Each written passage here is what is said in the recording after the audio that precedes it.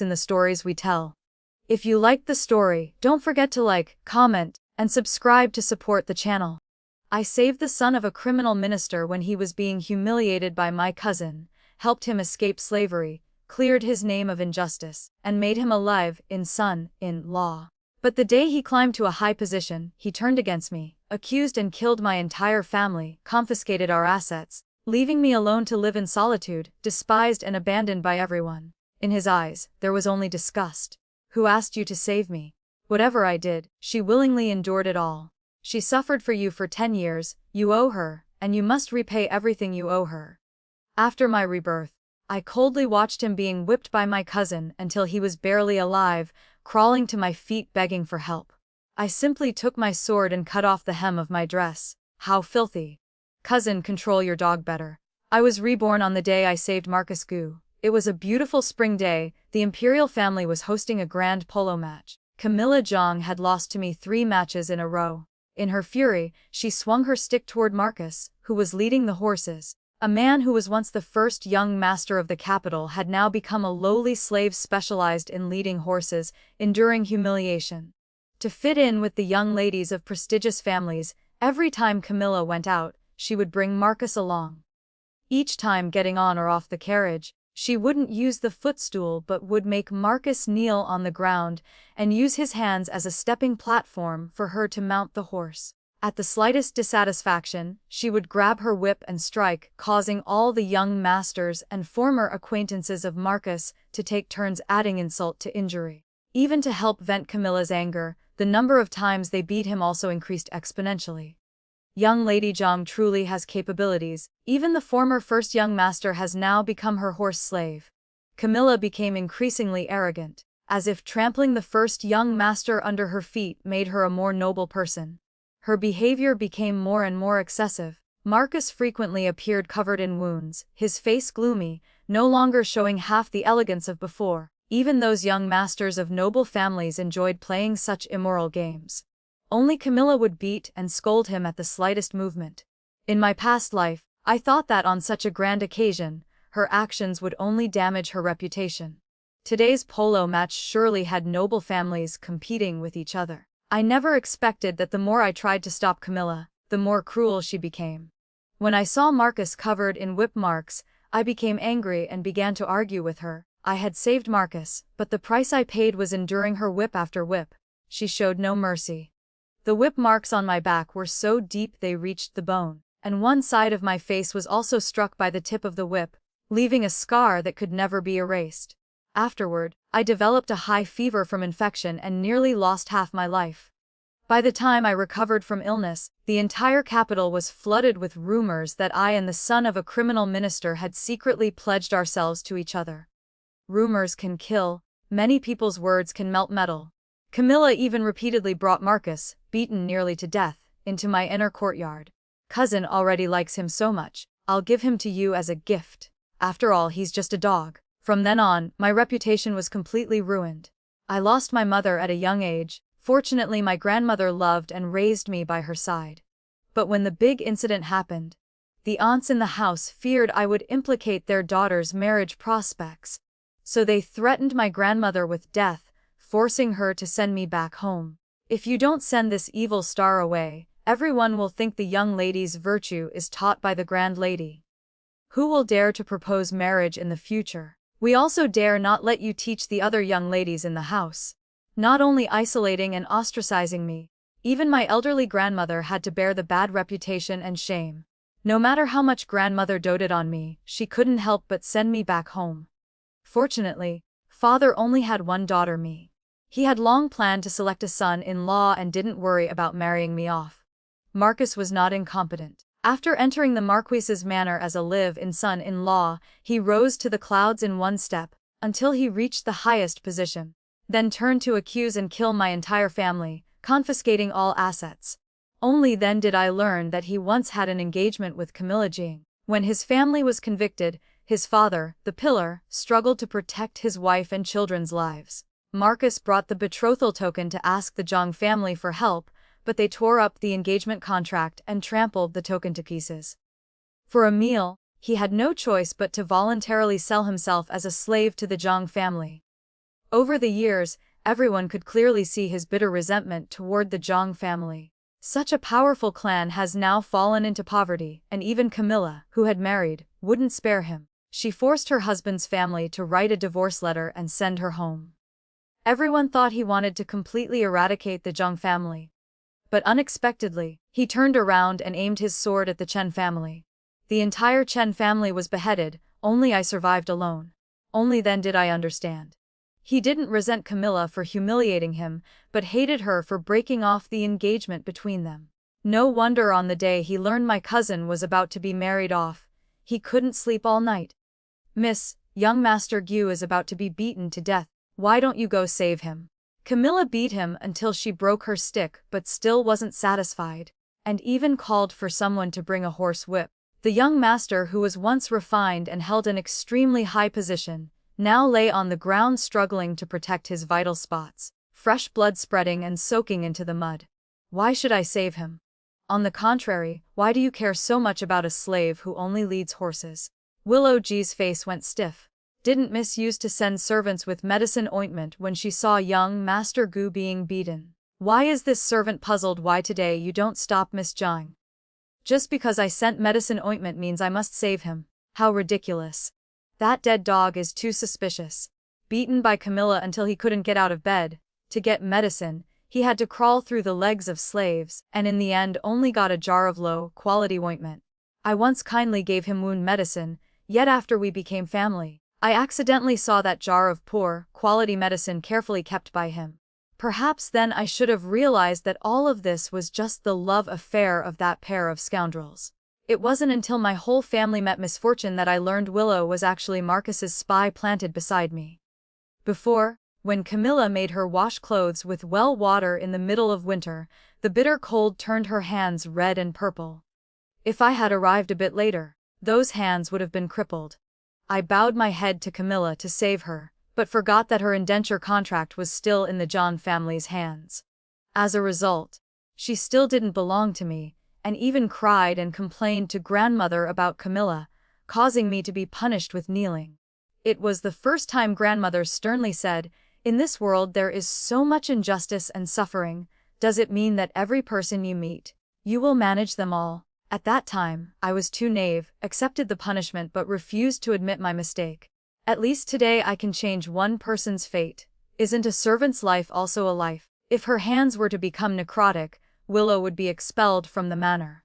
What awaited her after that would only be an even more tragic fate.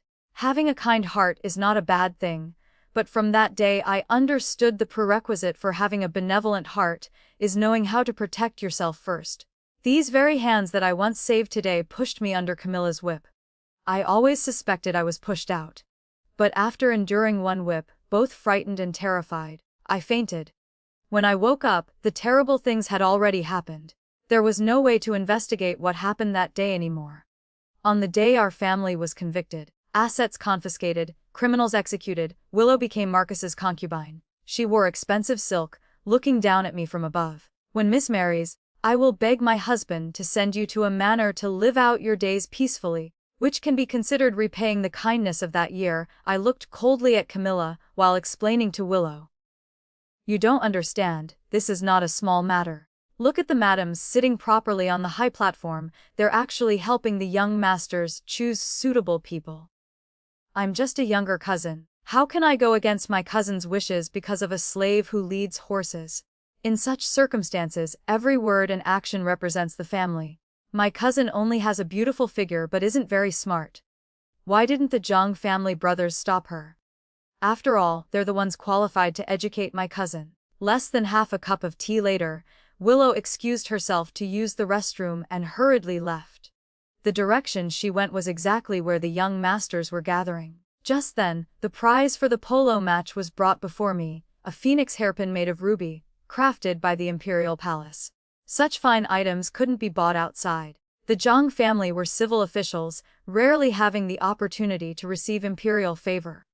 Camilla surely counted on this hairpin to stand out among the young ladies. Seeing her about to stop, I picked up the hairpin, lifted my skirt and ran right into range of her horse whip. My voice was neither too loud nor too soft, just enough for the surrounding young ladies who wanted to look at the bestowed items to hear. Cousin, it's not that I want to take your good position. I already yielded 3 rounds to you. I didn't expect to still win narrowly. If cousin is angry about missing a beloved item, then I'll give this hairpin to you. How about that? After all, the Marquis's manor has been bestowed many rewards. I don't lack one hairpin like this. Just as Camilla was about to stop, my words triggered her anger again. The whip carried the sound of tearing wind, continuing to strike toward Marcus. I'm not angry because of this broken hairpin. I'm angry because I lost the match, all because this lowly slave didn't take good care of my horse. The ball just now was only off by a hair, but this horse didn't run as fast as usual. Some people around who didn't know her well saw the young lady's temperament and mocked her. If your skills aren't as good as others, just accept it. In polo, winning and losing, yet you blame your own horse slave. That's not right. Just now the difference in winning and losing was very clear. Everyone saw it. Camilla became even more furious, venting everything on her whip. At first, Marcus could still endure it but gradually became powerless. On his back spread bright red whip marks. By the time Camilla's brother ran over, Marcus only had 1 breath left. Raymond Zhang was so angry his head felt like exploding. Little sister, not knowing right from wrong in the manor is one thing, but how dare you make such a scene in this kind of situation? Now, I don't know how many madams have seen this. Not to mention the marriage prospects of your sisters in the house being affected. Even the marriage prospects of the men will be hard to escape. The young lady must be having a fit. Quickly help the young lady home. But time and again, Camilla didn't feel grateful, instead shouted loudly, "You're the one having a fit. Clearly it's Marcus's fault. A horse slave, beat him if you want, even if beaten to death it's deserved." She waved her hand and brought down another whip. I had already noticed Willow quietly returning, so I pretended not to pay attention. When she reached out her hand, I immediately gave the hairpin to the young ladies beside me, then took the opportunity to push Willow. Ah! Willow fell onto Marcus and took a whip. Marcus cried out in pain once and woke from his daze. Everyone was shocked. I seized the opportunity to get angry. Cousin beating her own house slave is one thing, but why even beat my maid? Camilla had always liked to oppose me and immediately sneered coldly. This maid clearly you stole from me. The contract is still with the Zhang family, she's my slave, why can't I beat her? I pretended to be so angry I cried. Cousin has said so, then return this maid to you. It's my fault. When someone is stolen, why didn't I take the contract too, still letting her enjoy the steward maid's salary? The noble ladies around had already disliked Camilla's fierce and domineering manner, and immediately came to comfort and pull me away from this place. In my heart I was secretly delighted, finally escaping these 2 disasters. The sky is high but the emperor is far away. But just as I was about to leave, a blood-stained hand suddenly grabbed the hem of my dress. "Vivian, save me, take me away, I beg you." I turned my head to that thin, bony hand, dark blood printed on the hem of my dress. My face turned cold, my eyes swept over his struggling appearance, then looked toward the noble lady who had just performed sword dance. "May I borrow your treasured sword for a moment?" The sharp long sword in my hand came down, cutting off the hem of the dress. Before he could react, the cold blade was already against his neck. I laughed coldly. This horse slave of Cousin's is truly bold, daring to call my given name and even grab my dress hem. Does he look down on me for having no support, daring to destroy my reputation like this? Camilla, as if catching my weakness, laughed mockingly. "Why are you so angry? Isn't it because you did something bad that can't be revealed, so you want to kill to silence?" Vivian, calling so intimately. I took a deep breath and smiled coldly. "Cousin, then let me ask you one question. What does this matter have to do with me? If it weren't for Cousin bringing this horse slave everywhere all these years, how would he know the given names of the young ladies? Before, among us cousins, we never avoided using given names, but relying on 2 or 3 such calls to preserve family face. One can only cut hair and enter a temple to become a nun. That would truly be an undeserved calamity." The surrounding noble ladies all heard Marcus call my given name. Rather than make a big thing small, letting others grasp this weakness and spread false rumors, it's better to make the matter big and resolve it publicly. When it involved reputation, the noble ladies immediately changed their expressions, looking at Camilla with unfavorable eyes. In my past life when I took the beating for the horse slave, causing scandal, Camilla who led the beating of her cousin, cutting her flesh, no one paid attention. She was even praised for being generous in gifting Marcus to me. Everyone lauded her as straightforward and frank. Everyone said she beat Marcus only to prevent me from being seduced by the horse slave.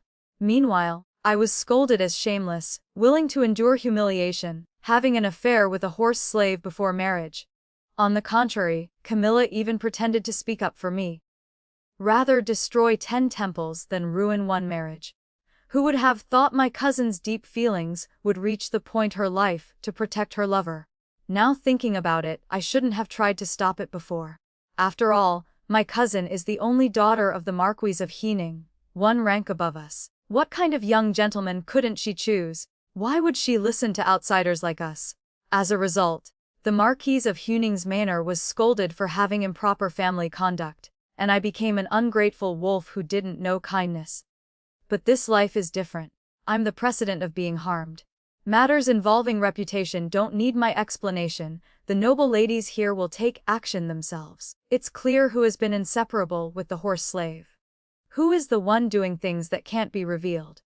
Everyone already knows as clear as day, yet pretends we're blind. How truly ridiculous. I also find it strange. Young Master Gu originally didn't have the status of a slave. Why would he willingly live so humbly, coming to the Zhang manor on his own to sell himself as a slave? That's right. What does the Zhang family have that's worth him giving up his clean status to lower himself and enter slavery? What else could it be? Isn't this matter clear? A beauty like flowers and jade, whether being a slave or a dog, still wants to follow beside Camilla. Camilla's face turned bright red, knowing clearly that these sarcastic words were all true, but couldn't refute them. She snorted coldly. If you all don't believe it, just ask Marcus yourself. Has Miss Chen been pure as ice and jade, kind and caring to him, giving medicine and items? I replied lightly. This is cousin's person. If he has wounds or illness, naturally he'll seek cousin for medicine. Why fabricate things? Servants in the manor don't all die, they can pass word to peasant's place. Surely many people know already. If cousin hears any rumors, feel free to present evidence. As long as you can find half an item related to me, I will apologize to grandmother for wasting her efforts in teaching me. Camilla was shocked, knowing clearly that nothing could be found at Marcus's place. She only blamed herself for being too foolish before. All the items I gave Marcus were swept away and destroyed cleanly by her. Even medicine bottles were smashed to pieces by her. With Willow as a spy, the moment I gave something, she would secretly report what I gave. I'm afraid Camilla knew even better than Marcus. She absolutely wouldn't miss anything. Using such baseless matters to force my cousin to prove her innocence with death. The eyes of outsiders looking at her added several parts contempt. A slave like him, how many sentences of his words can be true? Casually barging into the inner quarters, touching a noble person is already a great crime of disrespect. Might as well behead him on the spot to cut off future troubles. Camilla angrily retorted. Even if he touched someone, he's not an outsider. This is my family matter. What does it have to do with all of you? Not even letting him speak before wanting to beat and kill. How tyrannical. I smiled coldly, raising the sword tip. Fine, let him speak. This young lady will give him a chance to defend himself, to avoid him dying with grievances. Those around looked at me with disapproving eyes. Someone pulled my hand and said softly, "You're foolish. If he's truly desperate, you'd be killing 1,000 enemies while losing 800 of your own. To mutually destroy also requires determination." But I understood clearly Marcus was the type who treasured his life most. After all, he still carried on his shoulders the heavy responsibility of restoring the Gu family's glory. Before achieving power and controlling the court, how could he easily die like this? Speak, do you and this young lady ultimately have any relationship or not? Marcus stared at me for a while, then heavily knocked his head to the ground, his voice full of suffering. Never had any, never did.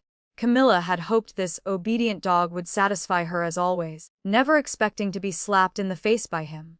In front of so many people he had called so intimately. Yet you say you two have no relationship. Then why did you ask her to save you? Where did those high-quality wound medicines and warm items in your room come from? I personally saw Willow come out of your room. Don't try to hide it. Marcus lowered his head and cleared away all connection. Miss Chen is truly kind-hearted. Everyone in the manor knows she treats people well, so I dared to turn to her for help. I had no intention to offend Miss Chen's reputation. I only happened to hear her give in my panic, wanting to preserve my life, so I rudely trespassed. It's my fault, I'll accept whatever punishment Miss Zhang decides. Those medicines and warm items were brought by my relatives. I happened to meet Miss Willow and asked her to help carry them, that's all. Camilla wouldn't let go. How can there be such coincidences in the world? Your family is so poor they can't even afford porridge. Where did the money come from to buy those things? You protect Miss Chen like this. I can't even tell whose horse slave you are. Marcus slowly answered. After the family decline, only one jade betrothal token remained. I had no choice but to pawn it. It was originally a pair, one piece representing the broken engagement, the remaining piece kept at home. Not wanting it to become an obstacle when the other party discusses marriage, I had to do this. His words were both reasonable and full of emotion, making listeners believe him. Marcus, with his pleasing appearance, body full of wounds, looked like a fallen leaf in autumn wind. His character neither arrogant nor self-deprecating, yet with integrity, made others soften. Raymond raised his hand and slapped Camilla hard across the face, sternly scolding. It's because people in the house spoil you too much that they've ruined you like this. Your competitive temperament, only wanting to satisfy your mouth, not even caring about relatives. Quickly apologized to cousin. Camilla lost all her fierce appearance, gritting her teeth saying, I was rude, I hope cousin will forgive me. Raymond again found it difficult to apologize. This horse slave's crime deserves death, but today is the imperial family's grand gathering, we shouldn't see blood. In the name of the Zhang family, guarantee if he dares say anything involving all of you, I will turn him into a cripple, unable to speak with his mouth or write with his hands. He has touched cousin, so I'll let cousin take him back to the manor, dispose of him as cousin sees fit, whatever cousin thinks. I smiled slightly, my voice gentle but not losing its sharpness. Better let elder cousin handle it, I'm just a weak woman. Heavy punishment I can't bear to do, light punishment I fear will damage the Zhang family's prestige. Raymond ground his teeth, his eyes sharp and cold. Whichever hand dirtied cousin's dress, break that hand. Oh, what a coincidence, it happens to be his right hand, the hand that writes. Marcus, who in the future would be renowned as a master of calligraphy and painting. One character worth 1,000 gold, this time even holding a brush would be impossible. How wonderful. Raymond quickly ordered people to escort Marcus out. He also couldn't conveniently stay long and hurriedly left. Camilla stood there alone and awkward, no longer showing any trace of arrogance. I calmly glanced at Marcus's slender hands, now covered in blood. In my past life to block one whip for him, I suffered injuries to my face, whip marks extending across, but only on one side, causing some people to painfully call me half-faced beauty. But this time, Willow, due to being unprepared, had her entire delicate face struck directly by the whip, extending from forehead to cheekbone, nearly injuring her eyes. I looked at her with pity. Why weren't you more careful? After all, we once had master-servant affection for a time. If you need medicine, come find me. Camilla smiled outwardly but not inwardly, coldly replying, no need for cousin's concern. As cousin said, my slaves, if they have illness or wounds, will naturally seek me for medicine. Willow was in so much pain she was dazed. Hearing this, she trembled. I turned to leave, the corner of my mouth briefly showing a smile. Willow suffering this beating was still too little. Just wait a bit longer, she'll definitely suffer much more. I just don't know if in this life, after Willow's face is destroyed like this, will she still be absolutely loyal to Camilla as in the past life. After the polo match ended, the Zhang family's carriages had all left. I nearly wanted to laugh out loud. Who was the genius who thought of abandoning me like this? Did they really think I would walk back home? I pretended to be worried, waiting, standing alone there without a single concubine or maid beside me, extremely attracting attention. Anyone who came to ask, I explained the truth clearly. Many young ladies and madams I knew kindly wanted to take me home, but I tactfully declined them all. Cousin wouldn't abandon me. She must have important matters, wait a moment, and she'll return to pick me up. When the carriages gradually thinned out, I planned to randomly stop a carriage to create a pitiful scene, making the Zhang family's reputation thoroughly ruined. Unexpectedly, a luxuriously decorated carriage suddenly stopped before me. The carriage curtain was lifted, a composed lady looked at me. "Isn't this Vivian? Why are you standing here alone?" The person before me was Princess Consort Dawn, the matriarch of the clan that Camilla married into in my past life. She truly was an extraordinary character. In my past life, she and grandmother had originally privately discussed and exchanged tokens, determining that I would become the crown prince's consort. As a result, after the incident, the Jiang family brazenly announced their engagement with Prince Dawn's manor. This matter had spread throughout the madam's circle. That marriage arrangement was just tacitly acknowledged like that. If they wanted to refute the rumor, it wasn't impossible, but it couldn't avoid having to explain things. In that way, I would once again be pushed into the storm. I never expected the princess consort would directly agree to this marriage. When Camilla married into the manor, she discovered the person she was marrying wasn't the crown prince, but a bastard son with no reputation in Prince Dawn's manor. If the Jiang family dared to switch the dragon for Phoenix, then Prince Dawn's manor could also use fish eyes to replace pearls. This bastard son had poor temperament and no ability. Every failure he blamed on the Jiang family for not supporting him. He didn't acknowledge his own incompetence, only knew to resent that Camilla had obstructed his path to advancement. Camilla's life in the manor naturally wasn't easy at all. Until 10 years later, someone who was once a rejected horse slave rose to become the prime minister of the dynasty, forcing Prince Dawn's manor to divorce his wife, then used a 10-mile red dowry to marry her back. When I returned home again, my grandmother stood waiting with an expression of hope mixed with sadness. But Lady Jiang coldly embraced Camilla, mockingly saying, "Look, without a carriage, didn't she still come back? Already said no need to send people to find her. Cousin also isn't without legs." Lady Jiang turned to her mother. "Making such a big fuss, yet our Camilla is the one who suffered the greatest grievance. On the contrary, cousin at such a young age already knows how to drive others away and alienate relatives. The Jiang family's temple is too small to contain such a great Buddha, the only daughter of the Marquis of Huining." Before I could open my mouth, Princess Consort Duan had already stepped in, slowly saying, "Suffered such great grievance. Tell me and let me hear, how capable is your Vivian that makes others unable to bear her?" I smiled and replied, "Though left behind, thanks to the Princess Consort's kindness in bringing me back a distance. Otherwise, I fear as Aunt said, I would have had to use my own 2 legs to walk." Lady Jiang hurriedly performed courtesy, slightly trembling. Not knowing the Princess Consort's great arrival, not welcoming from afar, truly discourteous. Princess Consort Duan couldn't be bothered to pay attention, turning to hold grandmother's hand intimately. "Teacher, have you been well lately? This disciple came to visit but didn't bring anything, truly impolite." Grandmother gently replied, "The person who brought Vivian back to me is already the most precious gift." Grandmother was once the teacher of the noble ladies in the capital. She didn't teach feminine virtues and conduct but only taught the 4 books and 5 classics. When still teaching, her students were all young ladies from prestigious families. Everyone competed to study with her. But since grandmother wanted women to participate in civil examinations and enter officialdom, the class began to lose students. Finally, grandmother became discouraged, lost her ambition and married. Just because her views were different from others, despite her mother's family being illustrious, she could only marry a poor scholar. Princess Consort Duan was the only student who continued studying with her after she married. The princess consort and grandmother chatted for a very long time. Lady Jiang knelt until she couldn't bear it. Camilla also collapsed to the ground, causing the princess consort to finally notice her and sigh. Miss Jiang was so strong on the polo field, yet performing courtesy can't even be completed. Lady Jiang fearfully hurried to respond. "Don't dare, don't dare." The princess consort laughed coldly. "Don't dare. What is there the Jiang family dares not do?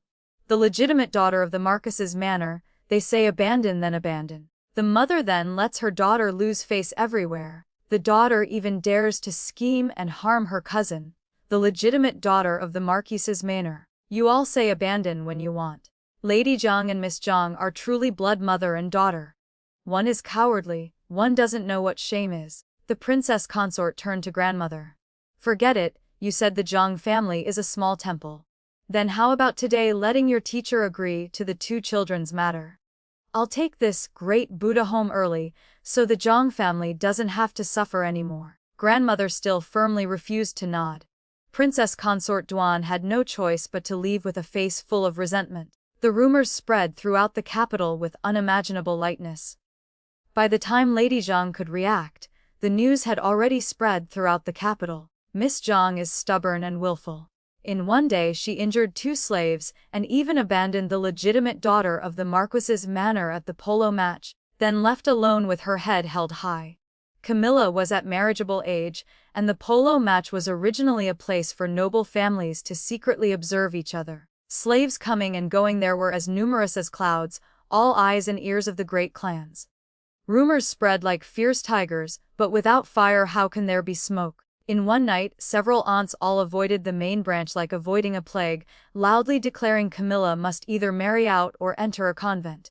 If not separated. Seeing the clan had just begun to prosper now stood on the brink of collapse, the main branch couple argued fiercely.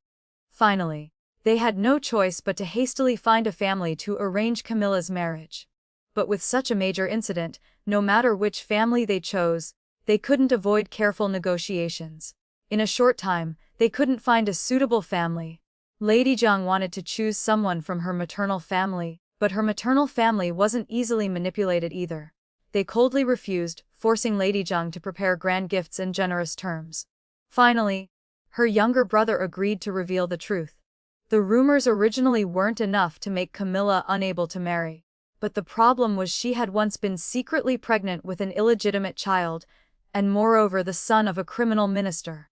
This illegitimate child was just a lowly horse slave, yet she had an unclear relationship with him. Rumors about this matter had been kept secret by the noble ladies in the capital to preserve their reputations. But her immoral actions at the polo match caused public opinion to explode. The matter of her being too intimate with Marcus was dragged out again, becoming a topic of gossip. Groups of noble ladies with close relationships told each other everything. Whichever daughter felt wronged would confide in her mother, leading to rumors spreading everywhere. Who would dare marry their son to a woman who had an unclear relationship with a horse slave? That would be no different from putting a green hat on their own head and bringing shame to the entire family.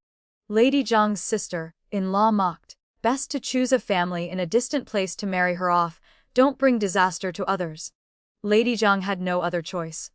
Though unwilling in her heart, she had to accept reality. Meanwhile, I had already secretly established close ties with Prince Duan's manor. The marriage was nearly settled, just waiting for father to return to the capital to finalize it.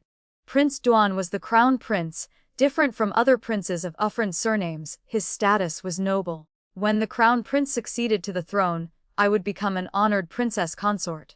I would marry into the prince's manor, rising high in one step, from a marquis's title to becoming imperial relatives and state kin. Yet Camilla couldn't even find a clean family. These days Camilla was confined in the manor, under the name of waiting to be married, but in reality was being restrained. All her resentment she vented on the servants. Willow, who once served me, suffered the most tragic fate. She was punished to kneel in a crowded place, forced to raise her face to expose the terrible scar. Because she wasn't treated. That night Harper whispered in my ear, "Miss." Willow passed word that Miss Zhang changed into servant's clothes and secretly went toward the stables. Harper was a servant sent from the Marquis's manor, grew up with me, absolutely loyal, but her character was somewhat honest and simple. I looked at her, memories from my past life surging like waves. The Chen family was beheaded, I was branded and became an abandoned person. Marcus wouldn't spare me, broke my legs. Camilla in the stables, letting me suffer humiliation. Camilla, because she was abused by a bastard son of Prince Lu's manor for 5 years, hated me. She gave Harper as a reward, threw her to lowly servants to be humiliated. Locked me in the woodshed, separated by only one wall. Marcus said no other man was allowed to touch me, but in his heart I was already a tool to satisfy his anger. Willow turned to look at me, eyes full of pity. If loyal to you, today's outcome for me wouldn't be any different. Cherish the time you can still hear her voice. She's going. By tomorrow morning she will be sold to the lowest class brothel. My hands nearly wanted to dig into the wall, eyes staring fixedly at Willow. Why? The depths of Willow's eyes flashed a hint of hatred. She laughed coldly. That day when the madam held my contract and threatened me, even said she'd sell me to the lowest class brothel, Do you know how I lived in fear? The dowry maids of others all got to become concubines for the young master, yet I just changed to another place to continue being a slave. You saved me but didn't arrange a good future for me. On what basis do you want me to repay you? I won't repay. Her contract wasn't originally in the Marquis of Huining's manor, because most people in the manor were either personal guards or family members of deceased soldiers. If she truly needed it, with just one word I could help her get back the contract, even completely new. But she didn't choose to repay kindness, instead bowed before the most vicious threats, becoming a demon buried beside me. Now thinking about it, the contract compared to her appearance seemed worthless. That night, I didn't hear Harper's voice anymore, only filthy words rang out, making people nauseous. In the empty woodshed, on the walls were bloody handprints. My fingernails were all gouged out, exposing white bone segments, cold and desolate. Willow said that Harper, to not make a sound, nearly bit through her tongue. She was humiliated all night, yet still had the strength to escape from two big men restraining her. It seems she also wasn't foolish enough to die for you. Only I am left. Her father was once a personal guard under father's command.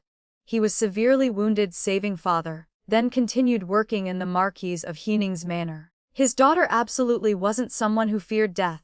I slightly startled, my heart aching like being cut by knives. Harper knew martial arts, could completely resist. But last night, not even one sound of struggling was made. She endured to preserve her strength. I hoped she would run away for herself, but she chose for me. Harper, don't do it for me, live for yourself. Harper's voice pulled me from memories. Miss, it's all right. I set down the teacup, took a deep breath. Tomorrow give her some wound medicine, add skin recovery cream. Find someone to pretend to be a merchant outside the manor to trade. When she wants it the second time, must let Camilla know. Evil people naturally have evil people to control them. Now I will uproot those who have harmed me. Inside the stables, Camilla wore low-ranking servant's clothes, hand-gripping a whip, coldly looking at Marcus. You truly are a dog that bites without barking. You still kept one hand. Now the rumors have spread everywhere. Isn't it because of that half-jade piece you hid has been exposed? Tell me, where did you pawn it? I've dug through nearly all the pawn shops in the capital, but still haven't found it. Marcus let his right hand hang powerlessly, but his face remained calm, even his expression somewhat relieved. These past days, Raymond continuously interrogated him, even wanted to use severe punishment. But he was no longer that silent youth from years ago. After so many years of ups and downs in the official world, he had more than enough ability to turn guest into host, forcing Raymond to secretly administer medicine to help him. The severed hand tendon had been reconnected but couldn't use strength. As long as he exerted force, the hand would tremble. Writing or painting now was just wishful thinking. Camilla, seeing him silent, angrily swung the whip at him. You like this young lady so much. Already broke off the engagement yet still keep the betrothal token, refusing to let go. Quickly tell me, where is that half-jade piece? If you're obedient, this young lady can give you some sweetness. Finally Marcus also smiled coldly. Tell me, what will I get? Camilla smiled charmingly, eyes full of satisfaction. Whatever you want, this young lady will satisfy, as long as you bring out that jade pendant. In her heart she still believed the rumors originated from that half-jade pendant. As long as she could keep it, everything could still be salvaged. Marcus looked at her, eyes mocking. First I want some interest. Otherwise, on what basis should I trust you? Camilla choked on her words, gripped her collar, finally swallowed her saliva and let go. She removed layers of clothing.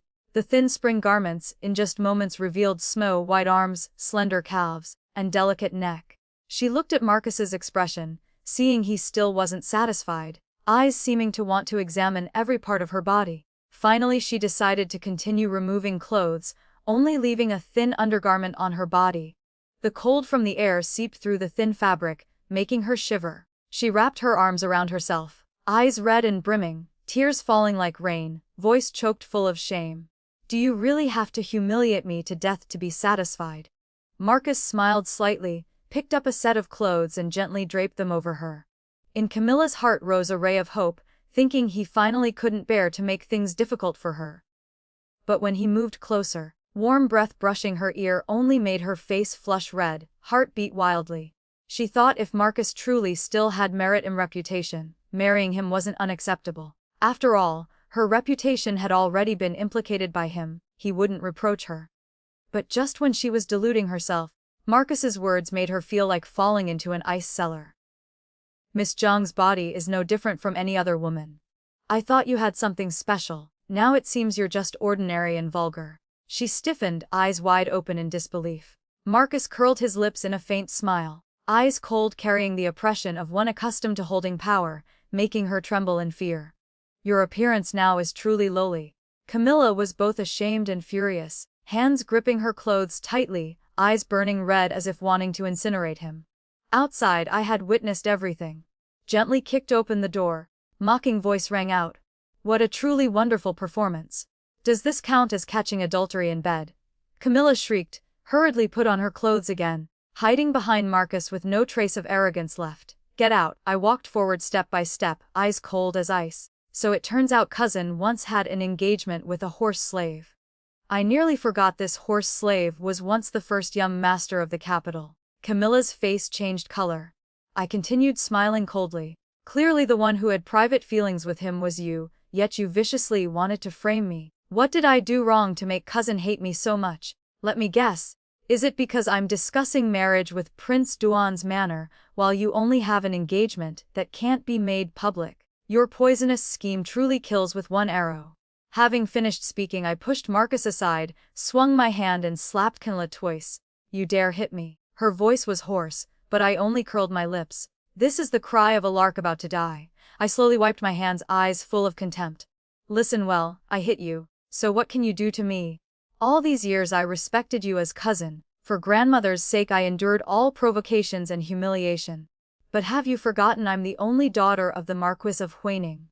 Now I'm about to become the crown prince's consort of Prince Don's manor. What if I hit you? Camilla was furious to the point of madness, grabbed the whip just thrown away and lunged forward. You ungrateful wretch, my family raised you for so many years, you truly are an ungrateful wolf. Today I must teach you a lesson. She swung the whip with great momentum but weak force. Experienced people could see at a glance it lacked strength. I reached out and caught the whip body, lightly twisted once, the whip safely lay in my hand. Cousin doesn't know father gave me to grandmother to raise because he wanted me to learn more refinement, but he also taught me martial arts. I swung the whip down, concentrating on fleshy areas but the most painful ones. The whip in my hand looked like it gently struck her body, but in reality I had used internal force. Each whip strike caused pain like needle pricks piercing flesh. The lingering pain was continuous, afterward adding numbness and itching as if thousands of ants were crawling, enough to make her suffer for over a month. Camilla cried out in fear continuously, thinking Marcus would be like before, an obedient dog. She opened her mouth wide, ordering him to stop me. I smiled coldly, whipped once more. Cousin, just keep screaming. Best call the whole manor to come see. Miss Zhang with clothes disabled together with a horse slave being intimate in the stables. Marcus stood in a distant corner not daring to come near, but his eyes followed me, brightening. On his lips faintly appeared a smile like spring breeze melting ice and snow. I slightly curled my lips smiling.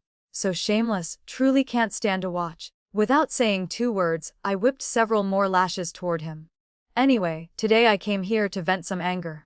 Whether you're a horse slave or whatever, no exceptions. After this incident, Camilla shut her doors, not daring to go out. She didn't know how many types of anti-itch and pain relief medicines she'd used, but they all only relieved symptoms briefly. Her whole body became emaciated, eyes lifeless. Especially on her neck, a whip mark stood out prominently, would definitely leave a scar. Because of this whip mark, she tried every method to remove scars, from Eastern medicine, Western medicine to folk remedies, but none were effective. Finally, she could only use silk scarves wrapped around her neck to cover that shameful mark. One day when Willow went to get medicine the second time, she ran into the head maid beside Camilla. News reached me quickly. Camilla had obtained Willow's skin recovery cream jar. The scar on Willow's face was originally very deep, yet after using up the jar of cream, it had faded noticeably. Seeing the medicine so effective, Camilla exchanged all her pile of useless scar removal medicines for the skin recovery cream jar. I smiled faintly hearing this news. In my past life, I had painstakingly researched scars for many years, searched for famous doctors everywhere, used all the power of the Marquis's manor and Prime Minister. Only then could I make the whip mark on my face fade somewhat. But for Camilla, that scar wasn't just a wound but also a symbol of the humiliation she gave me. In my past life, she used a knife to carve the two characters slave on my face, used quicklime on the wound, making the scar painful as if being burned. That memory still engraved deep into my bones, making me unable to forget. So this time I mixed extremely poisonous powder and datura flower into the skin recovery cream, turning it into a divine medicine helping skin become white and smooth. But as long as used for a long time, this medicine would become addictive, making people unable to leave it. The failures in research from my past life now could also be utilized as weapons for revenge. Not long after, Willow brought news. Lady Jiang intended to marry Camilla to Marcus. Master Jiang thought grandmother was confused and lost, but Lady Jiang firmly insisted it was heaven's will. She said an immortal had pointed out, a hidden dragon in the deep abyss, a noble son-in-law was right in the manner. Once he emerges to the world, he'll definitely soar up, surpassing 10,000 people. At first she didn't believe it, but the immortal had revealed two secrets. The second branch of the house would encounter trouble. The imperial harem would be in chaos because of relatives. Not long after, both matters came true. The second uncle gambled and lost money. Debt collectors came to the door, forcing Master Jiang to pay on his behalf. The national uncle assaulted a commoner girl but failed and even beat someone to death, angering the emperor. The imperial consort was demoted to noble lady, confined in the palace. The national uncle was exiled thousands of miles away. This coincidence made Lady Jiang completely believe, but on the surface she still appeared calm. She only instructed Camilla to secretly build relationships with Marcus, waiting for the day he revealed his talent before bringing up marriage. When news of father's triumphant return to court spread to the capital, the Jiang family became lively again. Marcus, though a horse slave but truly, as the immortal said, indeed was not a creature of the pond. When Marcus was riding horses leisurely in the suburbs, by coincidental fate he saved the third prince, who was returning to the capital to report on his work. With his outstanding talent, he was recognized by the third prince. Not only did he escape slave status but also became the third prince's trusted aide, rising to the clouds in one step. The day he returned to the capital, sitting on a tall horse, wearing neat clothing, appearance composed, just like the first young master of years ago, making people couldn't help but sigh. At that time, the first prince and crown prince were fighting for power and succession, causing brotherly discord, making the emperor detest both. Both were neglected, leaving a wide path open for the third prince. If the third prince truly succeeded, wouldn't Marcus become an important minister in court with boundless prospects? Outside the manor discussions were noisy, but grandmother still sat beside me, gently talking about things to do after I married. Mother passed away early. Princess Consort Duan is my disciple. This path is the best choice grandmother can make for you. Her voice lowered, eyes full of worry. Everyone envies when you marry high into an illustrious family. But if one day you suffer grievances, I'm afraid there'll be no support. I only hope to live a few more years so the princess consort, for the sake of our bond, will treat you well. Grandmother's words made my heart heavy. But from beginning to end, I had never responded to this marriage arrangement. If I had to do it again, marry into the prince's manor, even if the outcome was good, I'd rather die. I softly asked, suppose one day the Jiang family is no longer trustworthy, would you be willing to come to the manor to retire? Grandmother shook her head, smiled faintly. I have dowry, can support myself. If those uncles later encounter difficulties, then let them fend for themselves. They're all useless. After leaving the inner courtyard, I watched the slaves hurrying out to the suburbs to see the demeanor of the first young master of the past. I smiled coldly.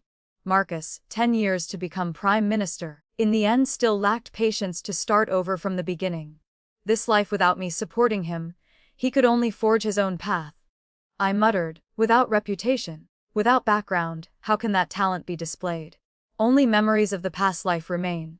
But time and again, that's the most unreliable thing. In my past life, the third prince had been assassinated, returned to the capital with severe injuries. That very thing completely dragged the first prince and crown prince to their destruction, simultaneously arousing the emperor's affection for him. But now Marcus had hastily saved the third prince, causing public opinion to pour all support into him. The great ministers competed to flatter him, No different from declaring the crown prince position could only belong to the third prince. I sighed softly. Chess players fear most arbitrarily changing pieces. One wrong move loses the whole game. But I had long woven a net, step by step waiting for the opportunity. My second uncle, because of gambling debts, had delivered himself into the net. The national uncle committed a great mistake, angering the emperor and empress dowager, leading to the imperial consort being demoted. The national uncle exiled far away. All were results of man conquering heaven. The Zhang family hosted a banquet to entertain Marcus. Throughout all the rooms, everyone was cheerful and harmonious, no longer mentioning dividing the family. Marcus's status had changed from a horse slave to becoming the prince's trusted aide, making everyone's eyes looking at him completely different. Lady Jiang entrusted Camilla to host the banquet. She didn't disappoint, pouring wine, distributing food, gestures generous and proper, displaying the demeanor of a hostess, receiving countless compliments. I excused myself to breathe fresh air and left the banquet. But from beginning to end, I felt a burning gaze following me. When I reached a quiet place in the garden, the smell of wine drifted on the wind. A deep voice rang out. Vivian, she also was reborn, wasn't she? How wonderful, heaven has given us a chance to do it over. This life, I can finally properly propose to her. I was showing a weary expression when hearing this, then burst out laughing. What, in the past life you were trapped and killed by me once. Now you want to try again a second time. Marcus's expression briefly changed, but quickly regained composure. One life and one hand in exchange for a chance to start over from the beginning. I think it's worth it. He looked straight at me, voice serious. I will use proper ceremony to marry you. As for concubines, as long as father-in-law stands with the third prince, after everything succeeds, I will surrender military power, retire to the countryside. When the third prince ascends the throne, I will request an imperial decree for you, ensuring you're more honored than the legitimate wife. He looked at me, voice as if vowing. This life you don't need to work hard for me anymore. You just need to sit and enjoy wealth and glory. Everything else I will handle. I suppressed the urge to mock, tried to maintain a calm expression, asked one question. Then who will your legitimate wife be? He hesitated briefly, eyes showing a hint of guilt. The legitimate wife is just a means of marriage alliance. No matter who she is, she'll only occupy a nominal position. The one I love most will always only be you. You understand me, right? I stood there stunned for a moment. Memories from my past life cut into my heart like knives. At that time, Camilla was his obsession during his youth, the person he longed to possess. But when he obtained her, that cinnabar mole quickly became a mosquito blood stain. Before long he regretted it, turned cold. A wife abandoned by her husband like Camilla had no value, yet occupied his legitimate wife position, forever a thorn in his eye. I smiled coldly without answering, only reminding. I've already set an engagement with the crown prince of Prince Dawn, how can you marry me? He curled his lips smiling, voice full of confidence. Just Prince Duan. In my past life I could make Camilla be divorced. This life, naturally I can also take you away. Using military merit to exchange for you. I haven't calculated clearly yet. Do you know how I regretted letting you leave? Only after losing you did I understand what love is. Even if your appearance was destroyed, I still loved you. I laughed coldly in my heart, didn't bother to respond. In my past life, to escape from him, I had to endure such humiliation. Memories flooded back. 3 years I was locked in the manor, imprisoned by him, enduring shameful pain. Harper risked her life to deliver the Chen family's military strategies to Sebastian Yan's hands, simultaneously finding every way to contact me. When Sebastian victoriously returned, using military merit and military power to exchange for me, Marcus brazenly said I had died in the manor. There was no person named Vivian. 3 years of endurance, I raised horses, trained them. On the day I received the signal, I released all the horses, creating chaos. I tied myself under the belly of a blood-sweating treasured horse, relying on it to break through the rain of swords and storm of blades, finally escaping hell. He said he let me go. Absurd and ridiculous. I asked him, tone as if indifferent. And my cousin, this life, what do you want to do with her? He thought for a while then answered. When young she was once lost at Incense Mountain Temple, pitiful yet very polite. At that time my family also encountered misfortune. Fellow sufferers, though her temperament is willful, oppressed you many times, I also don't like it. But thinking of childhood affection, I will take her as a concubine. Status forever lower than you. Are you satisfied yet? I hadn't finished answering when Camilla appeared. Hoarse voice rang out. Honored guest not present. Wine also stops being served. Father had me come find you. Marcus said nothing, only nodded slightly and left. Camilla moved closer, leaning to my ear whispering. How about it, are you regretting now? Too bad, no matter how you try to please him, it's useless. Just wait until Marcus becomes Prime Minister. I'll be a first-rank decree lady. A prince's manor relying on ancestral glory to barely survive, how can it compare with the Prime Minister? You won't be arrogant for long. I smiled and replied gently. Then first congratulations to cousin for finding a good match, happily forming a good union. Camilla chased after Marcus, supporting his arm. He didn't refuse. Their backs just disappeared. Harper stepped out from the shadows, leaned close to my ear saying softly, the incense the grand lady bought are all low-quality types. The sobering soup in the inner courtyard for the eldest miss has also been cooked. I've helped them change ingredients, guaranteed tonight can conceive. I laughed lightly. After Lady Jiang holds the happy door ceremony, if she doesn't get some more reward money, it would truly be unfair to you. Among wolves also daring to get drunk on immortal brew. This type of person exploiting female beauty, deceiving wealth, setting traps, is exactly this kind. Early the next morning, grandmother woke me, face serious, helped me straighten my clothes, then turned to command Harper. Pack luggage, pack belongings, return to the manor. If people outside ask, just say father returned to the capital, we're returning early to arrange everything in the house. Not long after, a matron from the Zhang family came to report everything just investigated. After Marcus drank too much, he went to the wrong room, unexpectedly entered Miss Zhang's room. Until noon the next day, Miss Zhang still hadn't come out. Everyone worried she encountered something wrong, so pushed the door in. Who would have thought? What met their eyes was an unseemly scene. The main branch couple originally planned to use the reason that the two once had an engagement, go with the flow and marry Camilla to Marcus. But he refused, flightly saying the one who broke off the engagement first was the Zhang family. Now setting up this scheme was also the Zhang family. The betrothal token and marriage contract were both gone, so the engagement didn't count. He continued with decisive tone. If you want me to take responsibility, can only be as a concubine. Hearing this, Master Zhang was so angry his face turned green. As a third-rank official, how could the legitimate daughter of the Zhang family become someone's concubine? But Marcus refused both soft and hard approaches, flicked his sleeves and left. The Zhang family also couldn't easily accept this humiliation, immediately redeemed a jade pendant from a pawn shop in the suburbs. It was the fish that escaped the net, not yet destroyed. Just at that time, Camilla was also discovered to be pregnant. The main branch secretly invited a female doctor to examine her. The matter seemed clear. According to this dynasty's law, betrothal tokens could serve as evidence to sue Marcus for breach of contract, submit it to the Xianxia prefecture, bring him to court. The crime of abandoning an engagement, damaging the legitimate daughter's reputation, was enough to make the conservative elite despise him. Master Zhang both threatened and promised, using Marcus's future to pressure him, simultaneously promising a rich dowry. Finally, Marcus had no way to decline. Reluctantly agreed to marry Camilla as legitimate wife. Outside the Marquis's manor gate, he waited for me to explain. Vivian, there fundamentally was no half-jade piece at all. That was made up by me to deceive them. She and I are both reborn. She knows I don't have any jade piece, right? She must believe me. I sat in the sedan, didn't even lift the curtain, replied one sentence indifferently. Of course I believe you. Hearing this, he seemed to shed a burden, voice full of emotion. As long as she believes me, no matter how much grievance I must endure, it's worth it. Before he finished speaking, I already burst out laughing. Because that jade pendant was ordered by me, based on your fabrication to be made, then delivered to the pawn shop. My voice was cold but every word clear.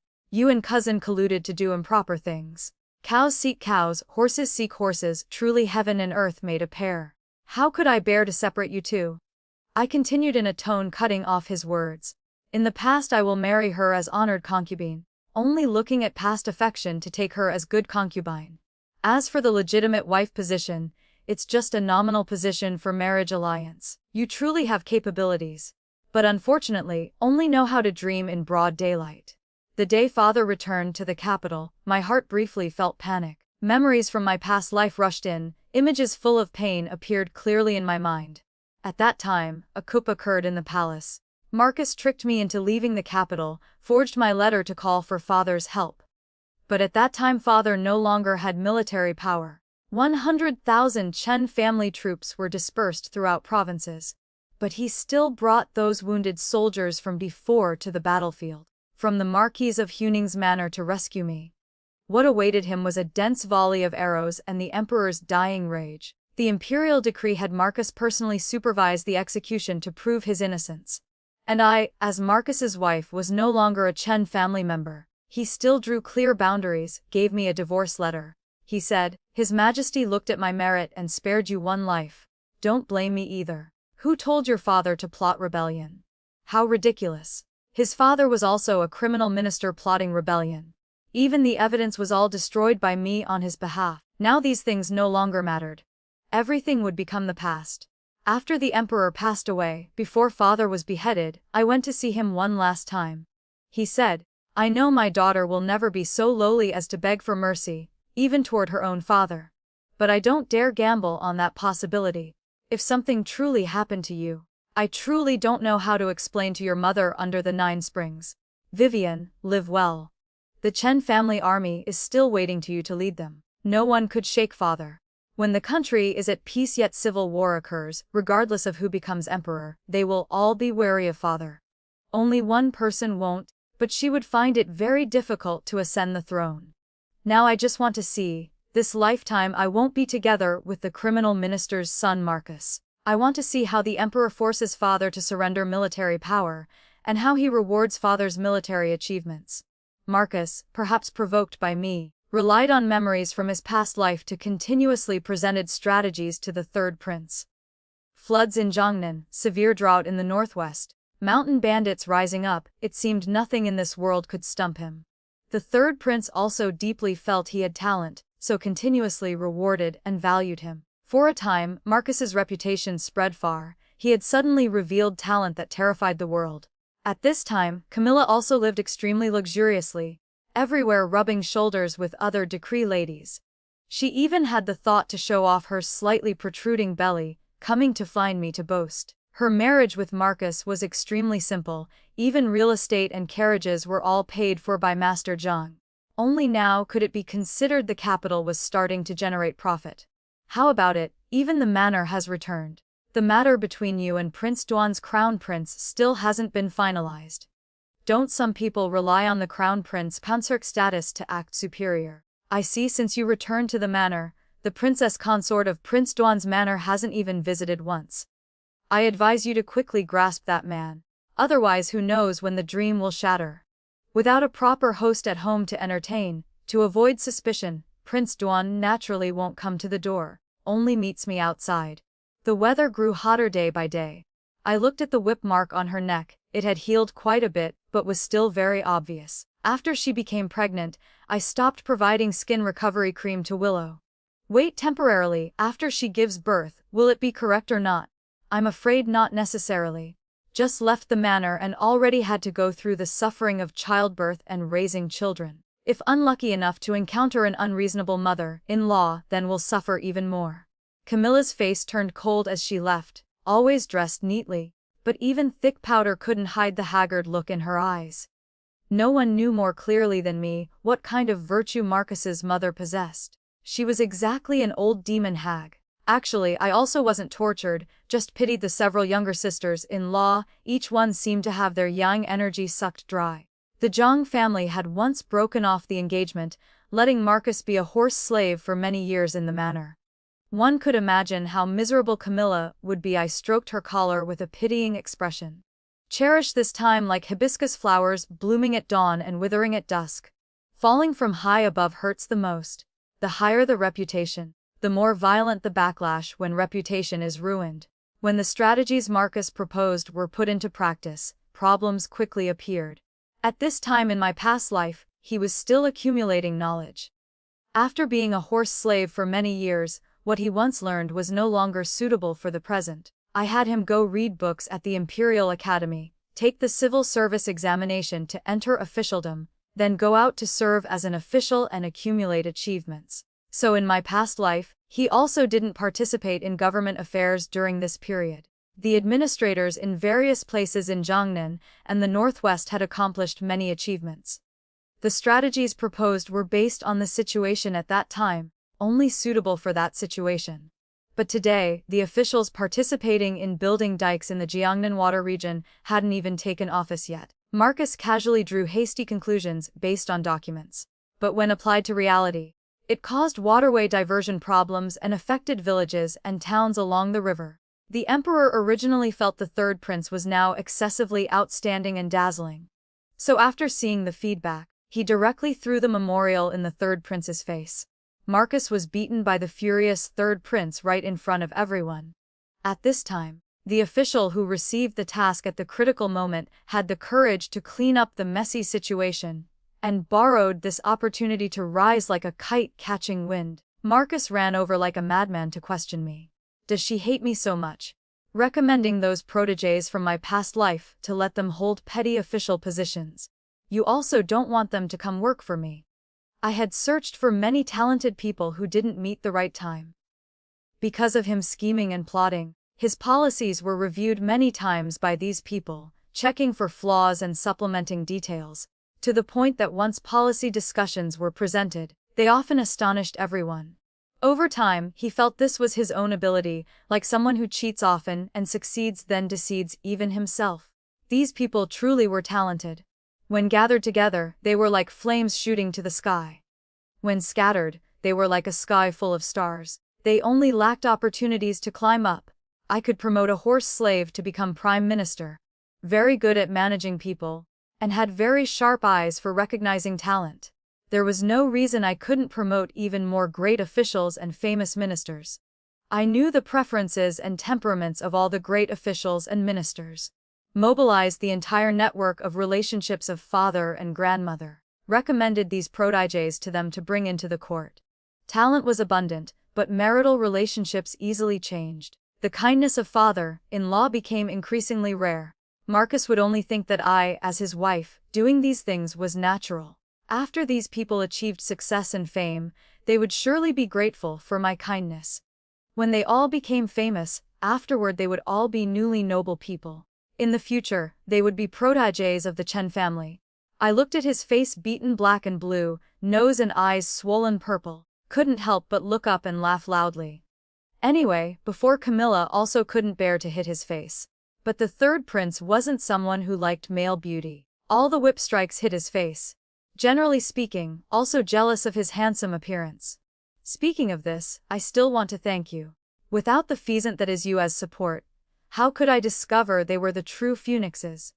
The moment the emperor discussed merits and bestowed rewards, father's old illness relapsed again. The wounds became more severe. Only I was the sole descendant, replacing him to enter court to receive the usual rewards. The imperial decree was beyond everyone's expectations, because this reward was aimed at me. The emperor sympathized with father for his loyal battles and achievements, but under his knees he had no sons, only one daughter, me. To prevent the Marquis's manor from breaking the incense line, he enfeoffed me as hereditary daughter. 100 years later, inheriting the title of the Marquis of Huining's manor. Regardless of whether my descendants were male or female, all were legitimate lineage. The entire court was shocked. For the Marquis of Huining's manor, using military merit to exchange for the hereditary daughter position was equivalent to having no reward. But this reward truly terrified the world, indeed was an extremely special bestowal and concern from the emperor. Of course, the emperor also knew this reward seemed somewhat cold. Pitying me as an orphan girl, he promised me one more wish. I hear you and Prince Dawn's crown prince are childhood sweethearts, a perfect match. How about taking this opportunity? I bestow marriage upon you too. These words seemed like an inquiry, but were full of suspicion and probing. The Chen family was a huge cake.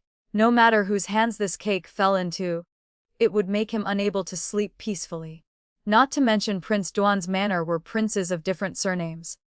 Since the founding of the nation, they completely held the military power of Nanzhao.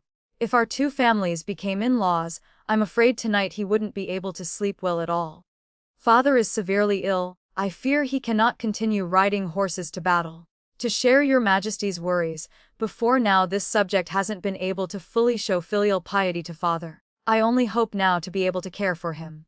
This subject earnestly begs your majesty to allow me to establish my own household, not marry out, only select a son-in-law.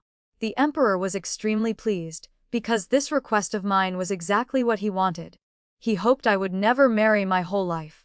That way the Marquis of Huining's manor would end without an heir. Selecting a son-in-law meant cutting off the path of marriage alliances with prestigious families of merit and power, as long as one could support themselves, which prestigious family would let their own sons go be live-in sons-in-law. Even if there were, they would be unimportant sons in the house who couldn't succeed. He never expected there would be a remarkable talent like Sebastian. The crown prince of Prince Duan loudly shouted in court. I agree to marry the hereditary daughter, even if as a concubine.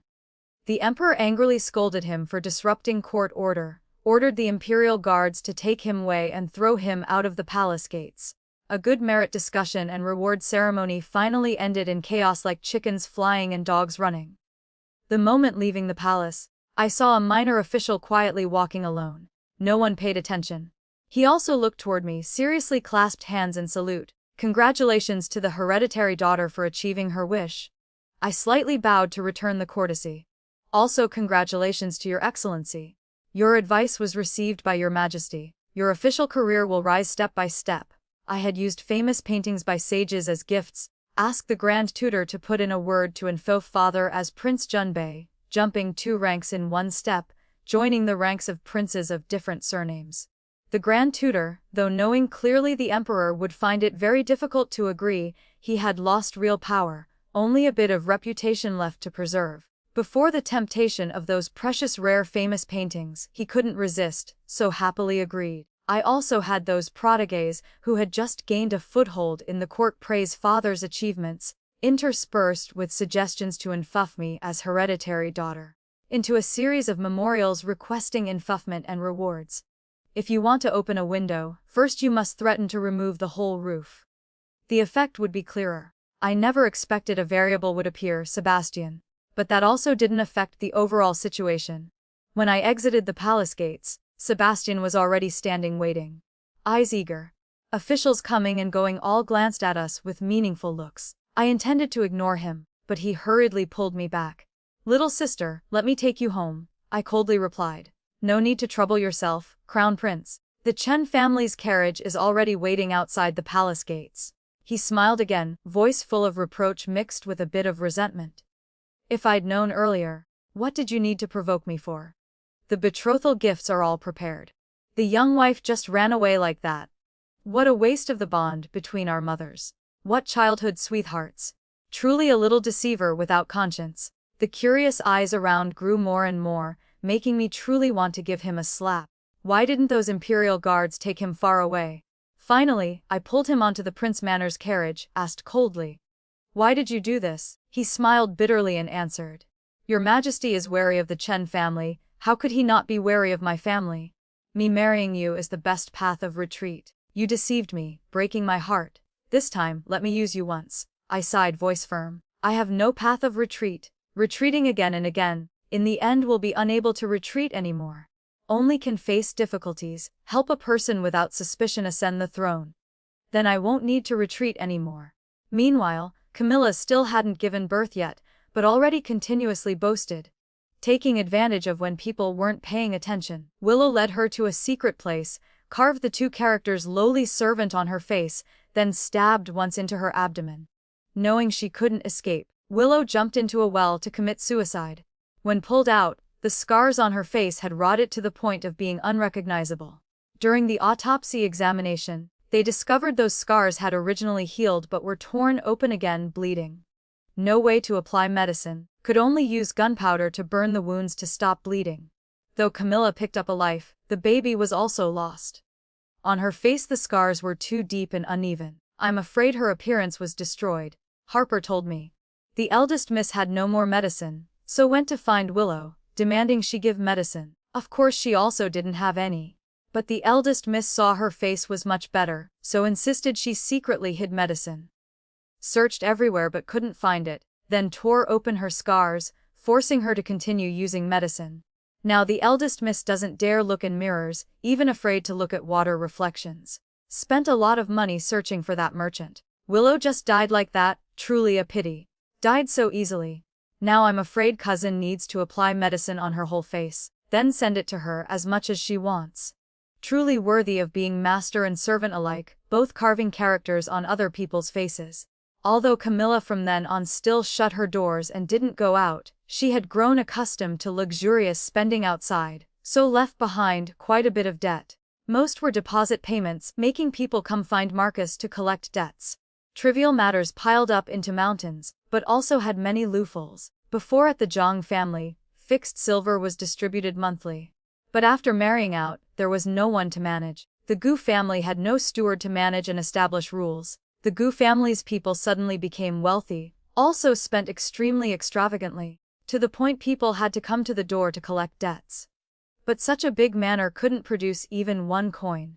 Marcus on the contrary was generous, offering to paint and write calligraphy to repay debts.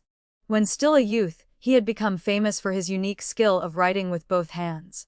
But he forgot, currently he hadn't yet become a master of calligraphy and painting one character worth 1,000 gold. In my past life, I decisively created momentum for him. I had him learn calligraphy and painting, copy famous paintings, then hired craftsmen to age them. Let him deceive art appraisers in the capital, sold them at sky-high prices, then told outsiders my husband could repaint those paintings. They weren't worth that price. If patrons liked them, would repaint one to give as a gift for free. But the sky-high price remained. Afterward, patrons still paid him very much. From then on, the reputation of Marcus's calligraphy and painting grew higher and higher. Without the process of becoming famous, no matter how beautiful the painting, there wouldn't be buyers. Precisely because of this, when he wanted to use a painting to offset debt, he was mocked by others. Someone with good intentions was willing to let him use paintings to repay debt.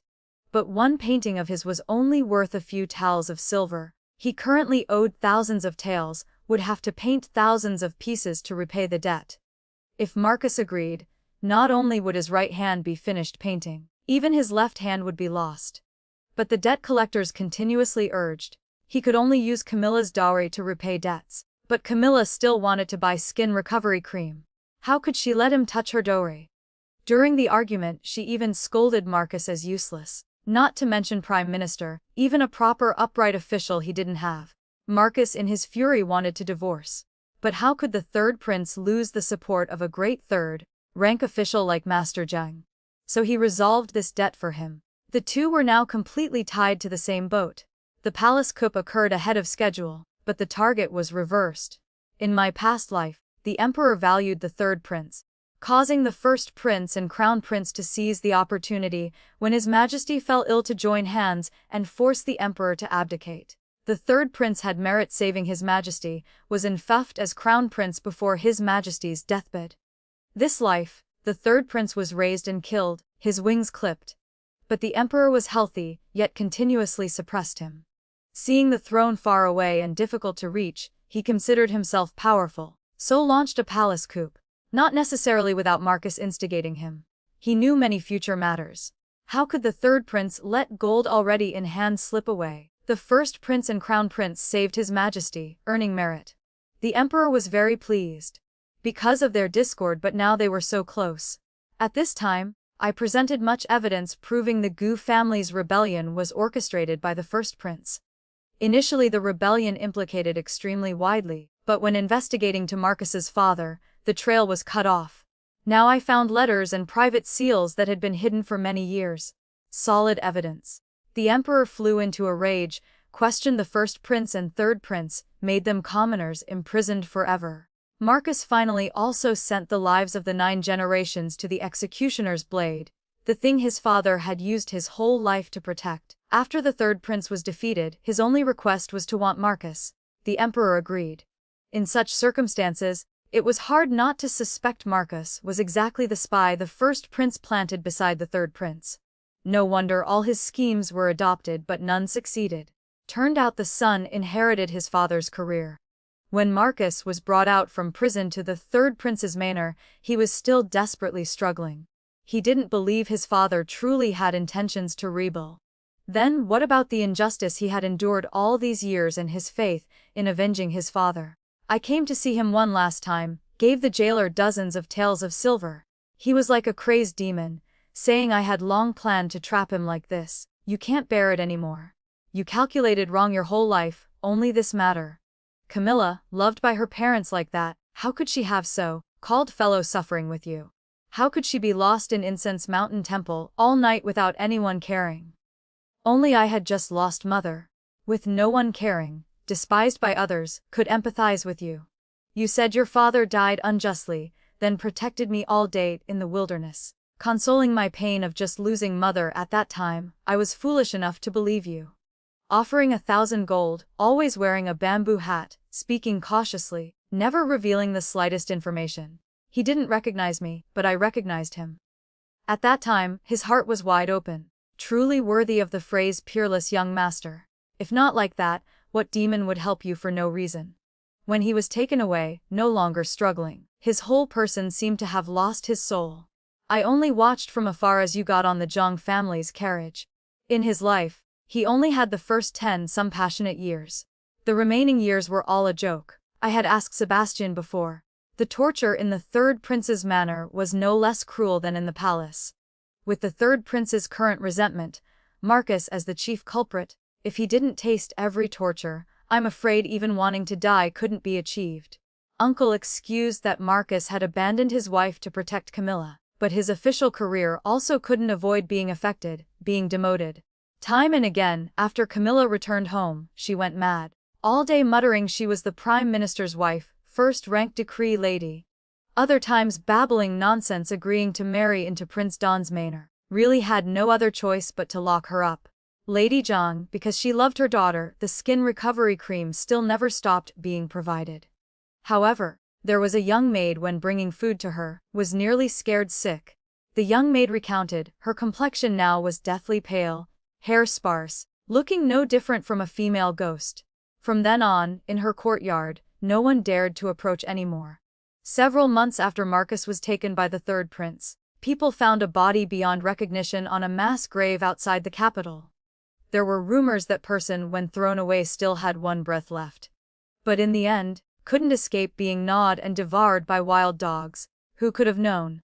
Father had returned military power, went to Jiannan to retire peacefully. I inherited the title, became the Marquise of Huining. I wanted to bring grandmother to the Marquise's manor to live, but she refused. She brought her dowry and reopened the women's school. Later the women's school gradually developed into a girls' school, then became a library. She said, I'm an old person with great ambitions. Now you stand in a high position, I can no longer be a support for you, but the students in this academy are all your fellow disciples. The world's tens of thousands of women are your support. 5 years later, the troops of Beijiang invaded the border. The nation sued for peace. The other side declared they would only cease hostilities if given a princess. The imperial family couldn't bear to send the 6th princess, the nation's peony, for a marriage alliance. So the whole court presented memorials, suggesting sending the 1st princess, who had military merit and illustrious reputation, for the marriage alliance. They used flowery words saying the princess going for marriage alliance was the nation's face, must have sufficient ability to suppress the barbarian state. Anyway, this marriage could also exchange for 10 years of peace, no longer needed the princess to personally go to battle. I had thoroughly prepared everything, but the emperor's decree couldn't be defied. My objections were all ignored. Even reborn people have matters they cannot change. The emperor wasn't satisfied because I continuously participated in politics, so appointed me as the envoy to escort. The road to Beijiang was long and arduous. The people there were brutal, enough to make me suffer quite a bit. The day leaving the capital, inside the princess's carriage, there was only one set of her clothing. She wore armor. Behind were elite soldiers I had selected from various provinces. Half of them were former Chen family troops. I only hoped to help her, the 1st princess, become famous throughout the world, to walk shoulder to shoulder with me. She smiled leisurely. When I light the fuse, 1st princess, your majesty is looking down on the person newly appointed as envoy to escort. Luna Li smiled slightly. He also underestimated the Marquise of Huining. I thank you for speaking for me in court. But watch, All the women in this world will take us as their glory.